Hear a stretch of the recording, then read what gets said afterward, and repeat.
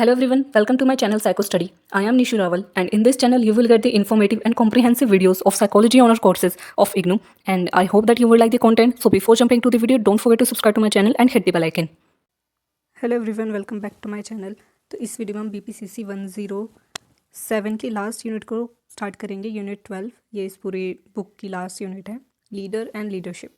हम लीडर और लीडरशिप के बारे में पढ़ेंगे कि लीडर का रोल क्या होता है, क्या कंसेप्ट है, लीडर का मतलब क्या होता है, क्या इनके रोल होते हैं, लीडर के कैरेक्टरिस्टिक्स क्या हैं एक लीडर की, style of leadership, social categorisation क्या है और लीडर जो है किस तरीके से कॉन्फ्लिक्ट रिजोल्यूशन में उसका रोल होता है। ये सारे स्टेप्स, ये सारे टॉपिक्स हम लोग को कवर करने इस यूनिट में। तो स्टार्ट करते हैं, concept and role of leader. अब जो लीडर होता है वो पूरे ग्रुप के ऊपर इम्पैक्ट डालता है, पूरे ग्रुप को इन्फ्लुएंस करता है, क्योंकि उसके एक्शंस को, उनके बिलीव्स को, उनके थॉट प्रोसेसेस को, सबको इन्फ्लुएंस करता है। कौन? लीडर। एक्शंस को इनिशिएट करता है, क्योंकि लीडर का काम क्या है कि वही सब चीज़ें स्टार्ट करता है, वही ऑर्डर्स देता है, वही सारे टास्क को बताता है कि किस तरीके से सारे टास्क फुलफिल करे जाएंगे। तो इनिशिएट करता है एक्शंस को। डिसीजन मेकिंग में जो है ग्रुप लीडर का रोल होता है कि लास्ट फाइनल जो डिसीजन होता है वो लीडर का होता है कि क्या करना है। कन्फ्लिक्ट रिजोल्यूशन में जो है लीडर का रोल होता है कि ग्रुप के मेंबर्स के बीच में या फिर आपस में 2-3 ग्रुप्स के बीच में कन्फ्लिक्ट ना हो, वो कन्फ्लिक्ट रिजोल्व हो या फिर उसे एड्रेस करा जाए एटलीस्ट, वो लीडर का रोल होता है। इंस्पायर करता है ग्रुप का लीडर दूसरे मेंबर्स को, उनको मोटिवेट करता है कि वो अपना टास्क फुलफिल करते रहें, अपने गोल को अचीव करने में अपनी परफॉर्मेंस देते रहें। रोल मॉडल की तरह काम करता है कौन? लीडर, जिसको लोग फॉलो करते हैं। पॉलिटिकल लीडर्स होते हैं और भी बहुत सारे अपने ग्रुप के लीडर्स होते हैं। तो लीडर का काम, लीडर को एक तरीके से रोल मॉडल की तरह देखा जाता है, जिसको लोग फॉलो करते हैं। वो पूरे ग्रुप का सेंट्रल फिगर होता है, जो मतलब सारी एक्टिविटीज़ कैसे करनी है, क्यों करनी है, कब तक करनी है, किसे करनी है, सारे डिसीजंस लेने का काम किसका होता है? लीडर का होता है। तो वो सेंट्रल फिगर है। अब बहुत तरीके के ग्रुप्स हमने जो लास्ट यूनिट पढ़ी थी, यूनिट 11 में हमने टाइप्स ऑफ ग्रुप पढ़े थे। तो यहाँ पर बेसिकली 2 टाइप्स बताए हैं, फॉर्मल ग्रुप और इनफॉर्मल ग्रुप्स। फॉर्मल ग्रुप जहाँ पर ऑफिशियल लीडर्स होता है, जैसे कंपनीज हो गए, स्कूल्स हो गए, ठीक है, बड़ी बड़ी ऑर्गेनाइजेशंस हो गई या पॉलिटिकल लीडर्स हो गए, वो सब फॉर्मल ग्रुप्स हैं। फॉर्मल ग्रुप में फॉर्मल या फिर ऑफिशियल लीडर्स होते हैं, सबको पता होता है कि कौन लीडर है। बाकी होते हैं इनफॉर्मल ग्रुप, जैसे स्कूल में कोई छोटे छोटे हमने फ्रेंड सर्कल बनाया होता है, तो उसमें कोई लीडर हो गया, या फिर हमने जो छोटे कोई क्लब्स वगैरह होते हैं वहाँ पर कोई लीडर होता है, तो वो इनफॉर्मल हो गया, ऑफिशियल नहीं है। तो 2 तरीके के ग्रुप्स होते हैं और उनके हिसाब से 2 तरीके के ऑफिशियल लीडर्स होते हैं और अनऑफिशियल लीडर्स होते हैं। अब हर ग्रुप में सब लीडर्स का रोल अलग अलग होता है। जो बड़ी बड़ी ऑर्गेनाइजेशंस होती हैं, लार्ज ऑर्गेनाइजेशंस, उनकी लीडरशिप स्ट्रक्चर क्लियर होता है, डिसीजन मेकिंग प्रोसेस क्लियर होती है कि किस तरीके से कौन सा लीडरशिप स्टाइल यहाँ पर यूज़ करा जाता है या करा जाएगा इस पर्टिकुलर ऑर्गेनाइजेशन में। और ग्रुप की जो लीडरशिप स्टाइल है वो भी हम आगे पढ़ेंगे इसी वीडियो में। फिर है स्मॉल जो ग्रुप्स होते हैं, उनमें इलेक्टेड लीडर्स हो सकते हैं जिनकी कोई स्पेसिफिक ड्यूटीज़ हो, यानी कि दोनों ही ऑर्गेनाइजेशंस में, चाहे लार्ज ऑर्गेनाइजेशन हो चाहे कोई बहुत छोटा सा ग्रुप हो, उनमें क्लियर डिस्टिंक्शंस होती हैं कि किसकी जो लीडरशिप स्ट्रक्चर क्या होगा, डिसीजन मेकिंग किसे करनी है, लीडर को अकेले सारे डिसीजंस लेने या फिर ग्रुप के मेंबर्स से बात करके डिसीजंस लेने। तो वो चीज़ क्लियर होती है। जबकि जो छोटे छोटे ग्रुप्स होते हैं उसमें इलेक्टेड लीडर्स हो सकते हैं और उसके कुछ स्पेसिफिक रूल्स या फिर ड्यूटीज़ होती हैं जो उसे फुलफिल करनी होती है। तो ये रोल्स हो गए ग्रुप लीडर के। इनफॉर्मल लीडरशिप क्या होते हैं? कुछ ऐसे ग्रुप्स होते हैं जहाँ पे लीडरशिप इनफॉर्मल होती है, जहाँ पे डिस्कशन होता है या फिर कोई एक मेंबर जो कि लीडर नहीं है, ऑफिशियली कोई भी लीडर नहीं है। जैसे फ्रेंड्स में मोस्टली क्या होता है, कोई लीडर नहीं होता, जो हमारा फ्रेंड सर्कल होता है ज़्यादातर कोई भी लीडर नहीं होता है, लेकिन कोई एक पर्सन ऐसा होता है जो ज़्यादा परसुएसिव होता है या मैनिपुलेटिव होता है, या फिर जिसके डिसीजन मेकिंग स्किल्स अच्छी होती हैं, प्रॉब्लम सॉल्विंग स्किल्स अच्छी होती है, तो लोग उसकी बात मानते हैं। ठीक है, वो ऑफिशियल लीडर नहीं है, बट वो काम जो उसके एक्शंस हैं वो लीडर वाले ही हैं कि वो एक्शन लेगा ग्रुप के टास्क के लिए, फिर अपने फ्रेंड सर्कल में क्या काम करना है, हम लोग को साथ में क्या नहीं करना है, फिर किसी एक पर्टिकुलर प्रोजेक्ट को हमें मिला है उसको किस तरीके से कंप्लीट करना है, वो उसका डिसीजन होता है। तो कुछ इनफॉर्मल ग्रुप्स होते हैं जहाँ पर लीडरशिप भी इनफॉर्मल होती है कि वो परसुएड कर देता है दूसरे लोगों को कि उन्हें किस इंसान को क्या काम करना चाहिए। तो वो एक तरीके से लीडरशिप वाले ही सारे टास्क जो है परफॉर्म करता है वो पर्सन इनफॉर्मल लीडरशिप में। हम कुछ की रोल्स पढ़ेंगे लीडर के, कि लीडर, अभी हमने जो भी रोल्स पढ़े हैं, जितने भी चीज़ों के बारे में पढ़ा है लीडरशिप के बारे में, वो सब भी था। अब हम कुछ की रोल्स पढ़ेंगे। आप इनके अलावा कुछ और रोल्स जो भी आपको लगते हैं कि एक लीडर का क्या रोल होता है ग्रुप में, तो वो भी आप लिख सकते हैं। और ये जो हम अभी 12 रोल्स पढ़ेंगे इन्हें भी आप कंसिडर कर सकते हैं, एग्जाम में लिख सकते हैं, फिर अपनी तरफ से भी कुछ रोल्स लिख सकते हैं। सबसे पहला क्या रोल होता है लीडर का, कि कम्युनिकेशन को एनकरेज करता है, कि जो ग्रुप के मेंबर्स हैं फिर दूसरे ग्रुप के साथ कम्युनिकेशन को प्रमोट करें, ये सारे मेंबर्स एक दूसरे से अच्छी तरीके से कम्युनिकेट कर सके, बीच में कोई भी मिसअंडरस्टैंडिंग ना हो। Inspire obedience, encourages members to follow rules, कि अगर ग्रुप का लीडर रूल्स ब्रेक करता है तो ग्रुप के सब मेंबर्स सोचते हैं यार ये जो लीडर ही जब ग्रुप के रूल्स तोड़ रहा है, नॉर्म्स को फॉलो नहीं कर रहा है, तो हम लोग क्यों करें।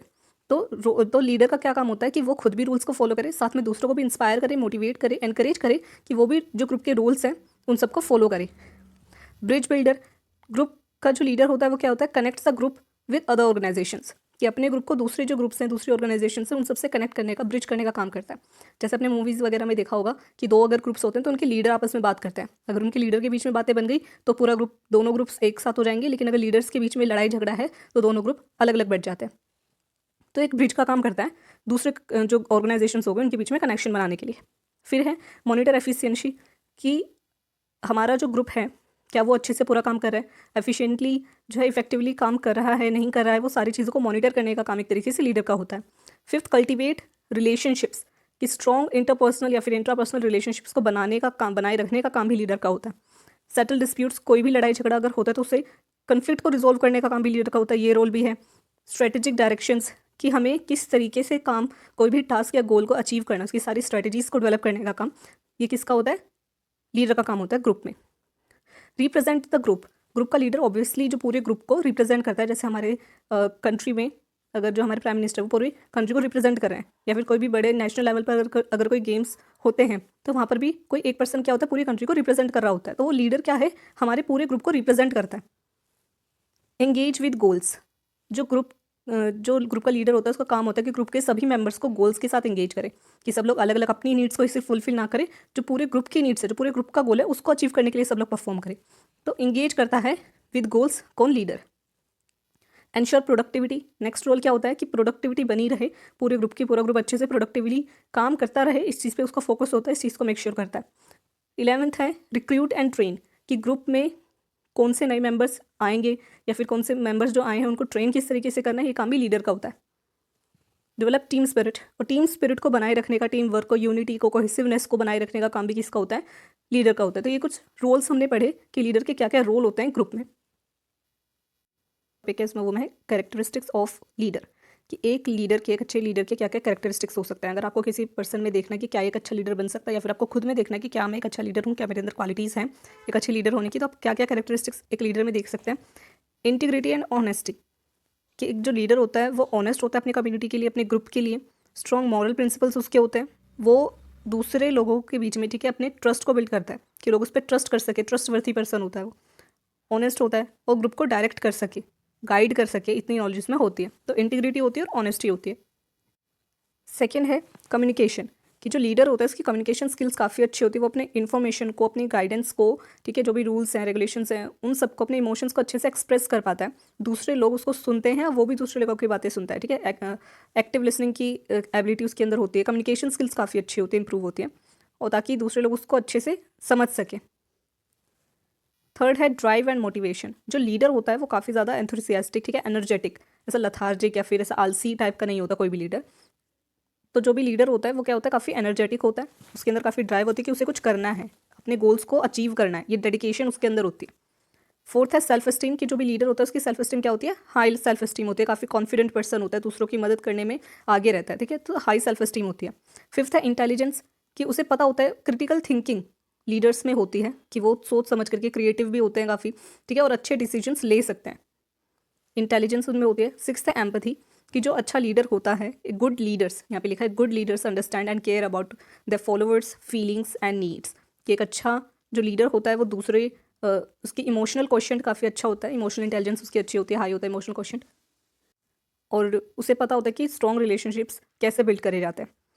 सेवन्थ है मैच्योरिटी, की जो लीडर होता है वो काफ़ी इमोशनली मैच्योर होता है, काफ़ी काम होता है, ओपन माइंडेड होता है, दूसरे लोगों की सुनता है, स्ट्रेस को और एंग्जाइटी को अच्छे से हैंडल कर सकता है, लॉजिकली जो है थिंक करता है, वो मैच्योरिटी उसमें होती है। फिजिकल फीचर्स जो हैं, कि जो लीडर होता है मोस्टली फिजिकली फिट, वो डिपेंड भी करता है कि किस तरीके के ग्रुप की बात कर रहे हैं। अगर किसी स्पोर्ट्स के टर्म्स में अगर हम पता करें, ठीक है, तो स्पोर्ट्स के टर्म्स में अगर हम देखें, जो लीडर क्या होगा वो मोस्टली फिट होगा, कि आप अगर कहीं जिम जा रहे हैं, कि ठीक है, किसी जिम की ग्रुप मेंबरशिप लेने जा रहे हैं और वहाँ पे आप देखें कि जो जिम ट्रेनर है उसकी बॉडी अच्छी नहीं है, तो आप वहाँ पे नहीं जाओगे, क्योंकि आपको दिख रहा है कि भाई ये लीडर है, इसकी खुद की बॉडी इतनी अच्छी नहीं है, हमें क्या सिखा देगा। सबके थॉट्स, सबके दिमाग में ये बातें आती हैं। तो जो लीडर होता है वो क्या, उसकी बॉडी भी अच्छी होती है, फिटनेस होती है, और उसकी हेल्थ, किस तरीके से वो खुद को प्रेजेंट कर रहा है, वो सारी चीज़ें, कि उसकी बॉडी पोस्चर, सारी चीज़ें इसमें आ जाती हैं। फिजिकल फीचर्स में उसके बॉडी पोस्चर, बात करने का तरीका, जेस्चर्स, ये सब चीज़ें जो है लीडर की अच्छी होती हैं, अपीयरेंस अच्छी होती है कि दूसरे पे इम्पैक्टफुल अपीयरेंस होती है। 9th है sense of responsibility. Sense of responsibility कि जो लीडर होता है उसे पता होता है कि उसकी क्या रिस्पॉन्सिबिलिटीज़ हैं, अपनी रिस्पॉन्सिबिलिटी की समझ उसमें होती है, ग्रुप के गोल्स को उससे अचीव करना है, कैसे एक्शंस लेने हैं, अपना बेस्ट उसे देना है, इस चीज़ की समझ उसके अंदर होती है। फिर है विजन एंड फोरसाइट कि उसे दूर का देखना होता है कि अच्छा आज हम ये जो टास्क कर रहे हैं, आज हम जो काम कर रहे हैं उसका फ्यूचर में क्या इंपैक्ट होगा, या फिर फ्यूचर प्लान्स को आज हमें किस तरीके से एक्सिक्यूट करना है कि हम उसे अचीव कर सकें। लॉजिकल प्लान्स होते हैं लीडर के, ये उसके अंदर कैपेबिलिटी होती है कि वो फोरसाइट कर सके, विजन जो फ्यूचरिस्टिक प्लान्स है, फ्यूचरिस्टिक जो गोल्स हैं उन्हें किस तरीके से अचीव करा जा सकता है, ऐसे वो प्लान्स बना सके। फिर है 11th पैशन कि जो लीडर होता है काफ़ी पैशनेट होता है अपने काम को लेकर के, ठीक है, काफ़ी ज़्यादा एनर्जेटिक एंथुसियास्टिक ऐसा पर्सन होता है, दूसरे लोगों को इंस्पायर करता है कि वो उसके जैसे बने, तभी उसे ग्रुप का लीडर बनाया जाता है। फिर लास्ट है इन्फ्लुएंस कि जो ग्रेट लीडर्स होते हैं, जो अच्छे लीडर्स होते हैं, वो काफ़ी ज़्यादा पॉजिटिवली इन्फ्लुएंस करते हैं अपनी टीम को, लोगों को ट्रस्ट बड़ी जल्दी जीत लेते हैं, लोगों को मोटिवेट करते हैं कि वो भी क्रिएटिव और हार्ड वर्किंग बने और अपने गोल को अचीव करें। तो ये कुछ कैरेक्टरिस्टिक्स हमने पढ़े किसके, लीडर्स के। नेक्स्ट है इसमें, नेक्स्ट टॉपिक हमारा आ जाता है, हमने अभी तक लीडर के कंसेप्ट और रोल्स के बारे में पढ़ा। फिर सेकंड जो टॉपिक था हमारे, कैरेक्टरिस्टिक्स ऑफ लीडर, कि लीडर के क्या क्या कैरेक्टरिस्टिक्स होते हैं वो सब हमने कवर कर लिए। अब हम पढ़ेंगे कि क्या स्टाइल होते हैं लीडरशिप के, ठीक है, लीडरशिप के स्टाइल्स के बारे में हम पढ़ेंगे, काफ़ी सारे स्टाइल्स हैं यहाँ पर। सबसे पहले है ऑटोक्रेटिक स्टाइल। ऑटोक्रेटिक स्टाइल क्या बोलता है, डू एज आई से, कि जो मैंने बोला है, लीडर बोलता है यार जो मैं बोल रहा हूँ बस उसे करो, अपना दिमाग मत चला, सारे डिसीजंस मैं लूँगा, उसे बोलते हैं ऑटोक्रेटिक स्टाइल, की दूसरे मेंबर्स की कोई जो है कुछ उन्हें नहीं बोलना, जो मैंने बोला है बस वही काम होगा, उसे ऑटोक्रेटिक स्टाइल बोलते हैं। सेकंड है पार्टिसिपेटिव स्टाइल, जो इसका ऑपोजिट हो गया। पार्टिसिपेटिव जैसे नाम से समझ में आ रहा है, डेमोक्रेटिक लीडरशिप इसमें होती है कि जो दूसरे पार्टिसिपेंट्स हैं उनकी भी जो है वैल्यू है, सब जने मिल करके कोई डिसीजन लेते हैं, सबकी जो है बातें सुनी जाती हैं, वो पार्टिसिपेटिव स्टाइल है जिसमें दूसरे मेंबर्स ही पार्टिसिपेट करते हैं डिसीजन मेकिंग में। तो ऑटोक्रेटिक स्टाइल हो गया फर्स्ट, सेकंड हो गया पार्टिसिपेटिव स्टाइल। थर्ड है लाइसीज फेयर स्टाइल, ठीक है, लाइसीज फेयर स्टाइल में क्या है कि लीडर क्या बोलता है कि यार तुमको जब भी कोई जरूरत हो जब मुझसे पूछ लेना, बाकी तुम अपना काम करते रहो। तो सारे जो मेंबर्स होते हैं वो इंडिपेंडेंटली अपना काम करते रहते हैं, सब एक्सपीरियंस्ड होते हैं, सबको पता होता है क्या करना है, जब उन्हें कोई भी थोड़ी बहुत प्रॉब्लम होती है वो जाकर के उनसे पूछ लेते हैं। लेकिन अगर यहाँ पे प्रॉब्लम क्या है कि अगर मैनेजमेंट अच्छे से नहीं करी गई, कि सब लोग इंडिपेंडेंटली काम कर रहे हैं, वो इतना इंडिपेंडेंटली होता जा रहा है कि किसी को पता ही नहीं है कि पूरा ग्रुप का गोल क्या था, सब लोग अपने हिसाब से चलते जा रहे हैं, तो वहाँ प्रॉब्लम आ सकती है। अदरवाइज इस तरीके की मेंबरशिप में क्या होता है कि जो लीडर है वो एक्टिवली इतना ज़्यादा पार्टिसिपेट नहीं करता, जब भी किसी को कोई प्रॉब्लम होती है जाकर के सिर्फ उससे गाइडेंस लेते हैं, अपना काम वापस आते हैं, अपना काम करते हैं और सब लोग अपने अपने काम पे लग जाते हैं, इंडिपेंडेंटली वर्क करते हैं। फिर आ जाता है फोर्थ हमारा narcissistic leadership style. Narcissistic word से आपको समझ में आ रहा होगा कि यहाँ पे लीडर सिर्फ अपने बारे में सोचता है, सिर्फ अपने मतलब के बारे में सोचता है कि मैं जो बोल रहा हूँ वो ठीक है, चाहे किसी की कोई भी प्रॉब्लम हो। जैसे हिटलर का जो लीडरशिप स्टाइल था वो नार्सिस्टिक लीडरशिप स्टाइल था, ठीक है, एरोगेंस शो करना, अपने आप को सुपीरियर मानना और लोगों को जो है इन्फीरियर मानना, अपने आप को ज़्यादा डोमिनेटिंग बनाना, वो नार्सिस्टिक लीडरशिप स्टाइल होता है कि जो मेरा मतलब निकलना चाहिए, मेरा लीडर का फोकस सिर्फ उसके खुद के ऊपर होता है। फिफ्थ है toxic leadership style. Toxic leadership style में क्या होता है कि जो लीडर होता है पूरे ग्रुप को खा जाता है, ठीक है, पूरे ग्रुप को, पूरी ऑर्गेनाइजेशन को नुकसान पहुंचाता है, और जितना जो भी ग्रुप पहले बेचारा थोड़ा बहुत था, इस तरीके का leadership style, toxic leadership style उस ग्रुप को धीरे धीरे खत्म करता जाता है और ज़्यादा बुरे हाल उसके हो जाते हैं उस ग्रुप के, तो उसे टॉक्सिक लीडरशिप स्टाइल बोलते हैं जब चीज़ें खत्म होने पर आ जाती हैं। सिक्स है charismatic leadership style. Charismatic leadership style क्या है, जहाँ पे लीडर की पर्सनैलिटी काफ़ी मैग्नेटिक पर्सनैलिटी होती है, दूसरे लोग उससे काफ़ी ज़्यादा अट्रैक्ट होते हैं और उनको फॉलो करते हैं। जैसे यहाँ पे एग्जांपल दिया है महात्मा गांधी, इंदिरा गांधी और नरेंद्र मोदी, ठीक है, तो यहाँ पे बताया गया कि एग्जाम्पल्स है कि इस तरीके की लीडरशिप में क्या होता है कि लोग काफ़ी ज़्यादा अट्रैक्ट हो जाते हैं इन लोगों से और इनको काफ़ी ज़्यादा फॉलो करने लग जाते हैं, काफ़ी ज़्यादा अट्रैक्ट होते हैं, इंस्पायर होते हैं इन लोगों से। नेक्स्ट है फिर यहाँ पे seventh transformational leadership. Transformational leadership में क्या होता है कि लीडर का फोकस होता है कोई पॉजिटिव चेंज लेकर आने पे, ठीक है, जैसे भगत सिंह हो गए, चंद्रशेखर आज़ाद हो गए, इन सब का जो लीडरशिप स्टाइल था, इनका क्या था कि इनको एक पॉजिटिव चेंज लेकर के आना था, और इनसे क्या होता है कि इस तरीके की लीडरशिप स्टाइल में ये दूसरे लोगों को इंस्पायर करते हैं, मोटिवेट करते हैं कि हमारे जो ग्रुप का गोल है वो अचीव हो सकता है, और inspire others to achieve more than they thought possible, कि जितना वो सोचते भी नहीं है उनके फॉलोअर्स कि ऐसा कुछ हो सकता है, वो उससे भी ज़्यादा उनको इंस्पायर करते हैं कि इससे भी ज़्यादा तुम कुछ अचीव कर सकते हो।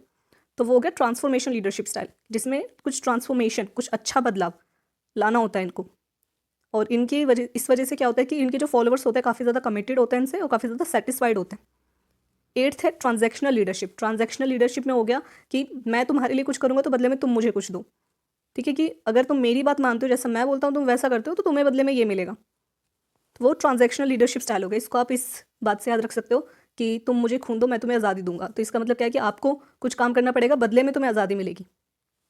तो वो ट्रांजैक्शनल लीडरशिप स्टाइल हो गया। 9th है ब्यूरोक्रेटिक लीडरशिप। ब्यूरोक्रेटिक लीडरशिप में क्या होता है, बहुत ही हार्डकोर रूल्स होते हैं, ठीक है, बहुत ही स्ट्रिक्ट रूल्स होते हैं कि सबको ये रूल्स मानने ही हैं। जैसे कि बोर्डिंग स्कूल्स वगैरह में होता है कि काफ़ी स्ट्रिक्ट रूल्स होते हैं और वो सबको फॉलो करने पड़ते हैं। कमांड्स, रिस्पॉन्सिबिलिटीज़ काफ़ी ज़्यादा स्ट्रिक्ट होती हैं, ठीक है, उसे ब्यूरोक्रेटिक लीडरशिप बोलते हैं। 10th है कंसल्टेटिव लीडरशिप। कंसल्टेटिव लीडरशिप थोड़ी थोड़ी पार्टिसिपेटिव जैसी आपको लगेगी। कंसल्टेटिव लीडरशिप में क्या होता है कि लीडर जब भी कोई डिसीजन, फाइनल डिसीजन जो होता है वो सबसे कंसल्ट करके, कि उसने अगर कोई डिसीजन सोचा है अपने दिमाग में तो वो पहले सबसे कंसल्ट करेगा, सब ग्रुप के मेंबर से उनकी इनसाइट लेगा कि तुम, मेरा ये डिसीजन है, आपको इसमें क्या लगता है, ठीक है। तो लीडर ने थोड़ा बहुत पहले से सोच के रखा है, लेकिन सभी मेंबर्स का जो थॉट है, सबकी इनसाइट मायने रखती है वहाँ पर। और जो अगर कोई मेंबर्स होते हैं जिनको उसकी वजह से कोई भी प्रॉब्लम है या फिर नॉर्मली भी कुछ भी प्रॉब्लम है, उसको काफ़ी ज़्यादा सीरियस लिया जाता है, ठीक है। सबकी जो सभी मेंबर्स की इधर वैल्यू करी जाती है, सबसे कंसल्ट करके फिर कोई फाइनल डिसीजन लीडर बनाता है, तो उसे कंसल्टेटिव लीडरशिप बोलते हैं। 11th है socio emotional leadership. Socio emotional leadership में क्या होता है, focus on boosting group moral. कि यहाँ पे जो फोकस होता है कि यहाँ पे इमोशंस पे फोकस होता है, सोशल इमोशंस पे फोकस होता है, कि लीडर का काम होता है कि ग्रुप के मेंबर्स को मोरल बूस्ट करके रखना, कि वो अपने काम को, अपने फियर्स, टेंशन सबको कम करें, कॉन्फ्लिक्ट्स को, डिसएग्रीमेंट्स को, इन सबको रिजोल्व करता है और ग्रुप में शांति बनी रहे, पीस बना रहे, सबके फियर्स, टेंशन सब कुछ रिड्यूस हो, स्ट्रेस रिड्यूस हो, इस पर उसका मेन फोकस होता है। वो होता है social economic leadership style. 12th है, इसमें टोटल 15 है। 12th है पैटर्नलिस्टिक लीडरशिप। पैटर्नलिस्टिक लीडरशिप में क्या है, यहाँ पे जो लीडर होता है वो पूरे ग्रुप को अपनी फैमिली की तरह समझता है, पेरेंट की तरह एक्ट करता है, फैमिली मेम्बर से काफ़ी, जो उसके ग्रुप के मेंबर्स होते हैं उनको फैमिली मेम्बर जैसा समझता है, उनसे काफ़ी ज़्यादा कनेक्टेड और लॉयल्टी उनसे एक्सपेक्ट करता है और ओबीडियंस भी एक्सपेक्ट करता है। जहाँ पे एक्सपेक्टेशंस होती हैं, जैसे पेरेंट्स की बच्चों से एक्सपेक्टेशंस होती है, सेम वैसे। नेक्स्ट है इसमें सोशियोक्रेटिक लीडरशिप। सोशियोक्रेटिक लीडरशिप में क्या होता है, runs the group like a social club. Sociocratic में क्लब की तरह लीडरशिप जो ग्रुप है वो चलता है।